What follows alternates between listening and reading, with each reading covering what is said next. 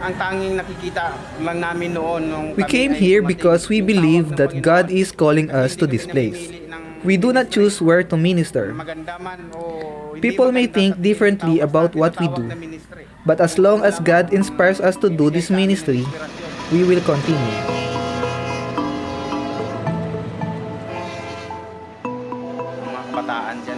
A lot of children here came from broken families. They are raised by single parents, and most of them play on the railroad. We have a lot of orphans here. There are children who were abused by their parents, and some out-of-school youth. Kami dito sa Dalisay Church, hindi kami masyado makilala. The Lisay Church is not well known if you are looking for a church building. We meet in different places to worship.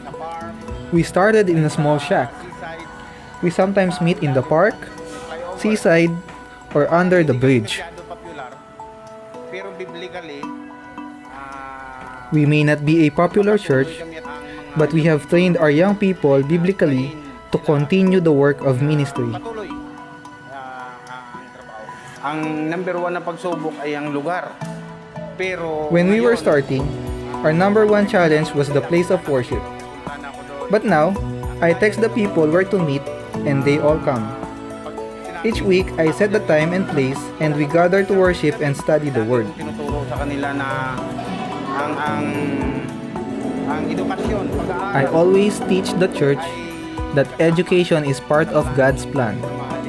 Maybe today they don't have a voice in their community, but when they become professionals, they will have a big impact.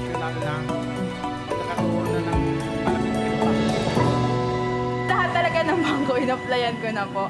I tried to apply for a job in many banks. Pastor Pedrito taught us that our journey will not be easy. It will be full of pain, full of sacrifice, and experiencing a lot of hardships in life. And things will not go as how you planned. The Lord led me to the scripture, "I can do all things through Christ who strengthens me." I believe that it is the Lord who gave me the strength. I finally got a job in the bank. One day, a teller resigned.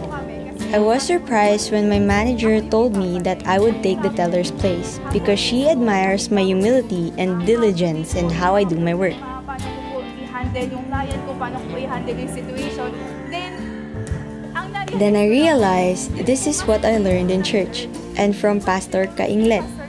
sa amin, ang role ko sa church, My role in the church is to encourage the youth because my heart breaks when I see young people hurting. nakita ko ng kids na nasasaktan. Yun yung gustong ipagawa I believe that God called me to proclaim the gospel and tell the world how good it is to live in the love of the Lord. masarap mabuhay sa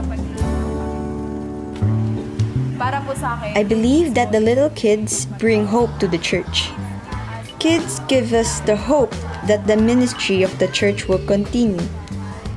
Before I didn't like kids. They're too hard to control. But it feels good when you see young people glorifying God through their words and actions instead of doing crazy things they used to do. It makes me so happy when I see them improving and growing in wisdom and knowledge. yun lang yung pinaka-victory na This is the victory that we are anticipating to see. We do not focus on the problems and the financial challenges.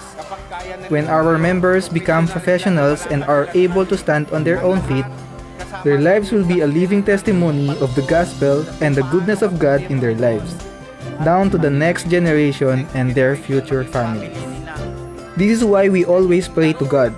These people are the true church, people who were called by God to be set apart and holy. Dalisay na dalisay.